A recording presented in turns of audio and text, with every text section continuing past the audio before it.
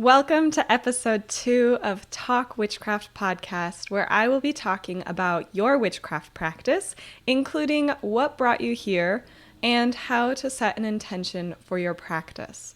We'll also talk about some helpful learning techniques. You're listening to Talk Witchcraft, the podcast where we talk about witchcraft as a lifestyle and discover how to merge magic into your daily life. Every week, we'll demystify witchy topics like tarot, astrology, crystals, herbs, and more as you develop your personal brand of magic and create the life of your dreams. I'm your host, Maggie Hazeman. So one question I'm often asked is, how do I know if I'm a witch? And the truth is that everyone is a witch. Witches actually decide to believe in their power and invest time into learning how to use it.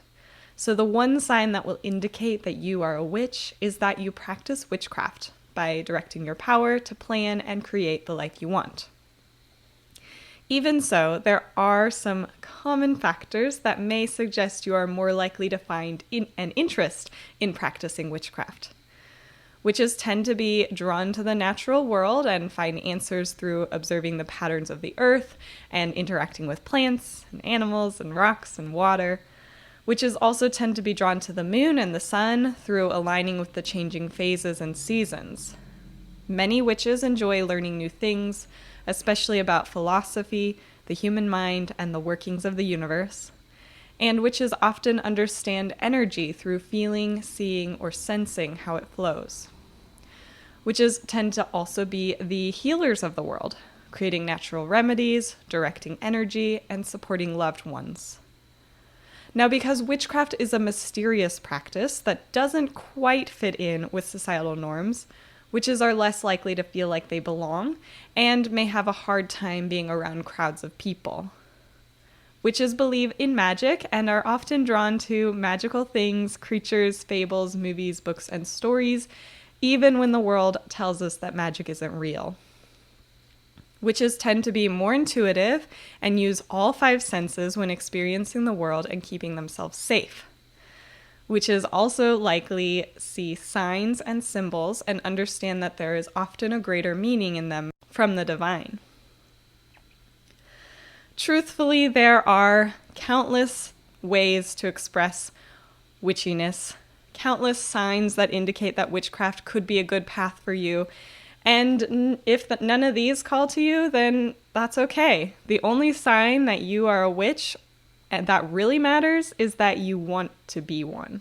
So with that in mind, I want you to think about where you are along your witch path.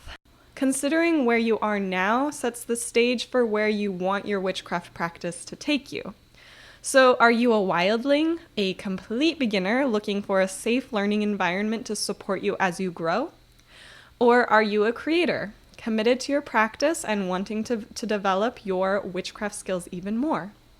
Maybe you are a sage looking for a community of peers and like-minded people to talk about your interest in witchcraft and to share what you know with others. Wherever you are on this witchcraft spectrum right now is perfect. Additionally, think about what's going well in your practice and what you're finding challenging. Think about why you want to practice witchcraft. What is interesting to you about it? What drew you to it? What drew you to listening to this podcast?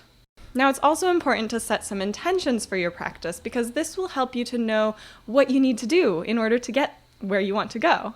So think about what practicing witchcraft can do to improve your life. How will your relationships, your finances, your career or business, your health and well-being, all of these different areas of your life, how will they change as a result of practicing witchcraft?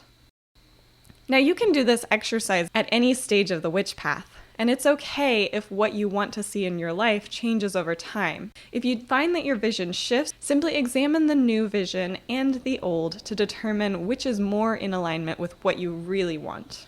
Now, I want to also talk to you about your witchcraft practice and something that many witches tend to lose sight of.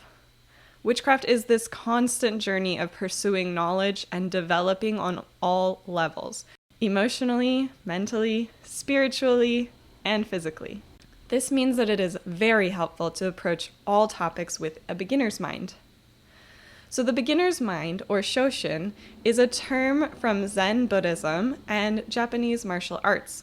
It refers to approaching learning in the same way that a beginner would approach learning. So this means having an attitude of openness and eagerness and a lack of preconceptions when studying any subject, even when you're studying it at an advanced level. The term is discussed in the book Zen Mind, Beginner's Mind by Shunju Suzuki, a Zen teacher. Suzuki outlines the framework behind Shoshin, noting in the beginner's mind there are many possibilities, in the expert's mind there are few. So when you are approaching learning about witchcraft and spirituality and even learning about yourself, there is no such thing as mastery. Mastery implies that there is an endpoint where there is no more to learn. But these areas of study are lifelong practices, and if you begin to believe that you know everything there is to know, you are making a choice to stop your development and your growth. The fact that you can always learn more about witchcraft is one of the most exciting things about studying it, because you are opening the doors to limitless possibilities. Witchcraft is not an assortment of skills and techniques. It is an attitude and a lifestyle that requires dedication, interest, and maintenance. The more you put in, the more you'll get out. So approach everything you learn with a beginner's mind. Give yourself time to reflect on what you are presented with so that this information can assimilate into your mind and hold on to what means something to you.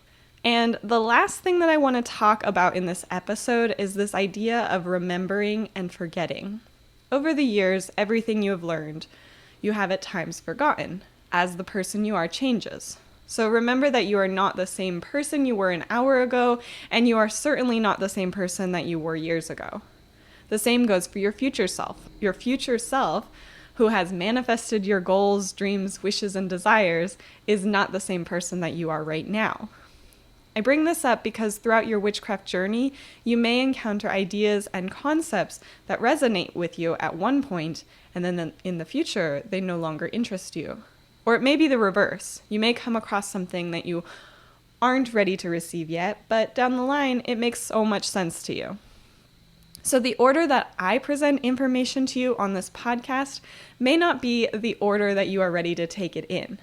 And some things may never be what you want or need to hear. Wherever you are in your life, you may not be in a place to really hear the lessons to remember them.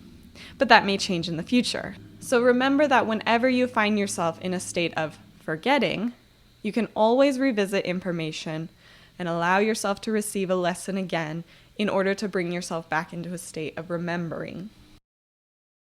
Now, your homework for this week is to join us in the Facebook group by going to talkwitchcraft.com, and you can share your witchcraft story with us there. Just look for the discussion post and see what to do.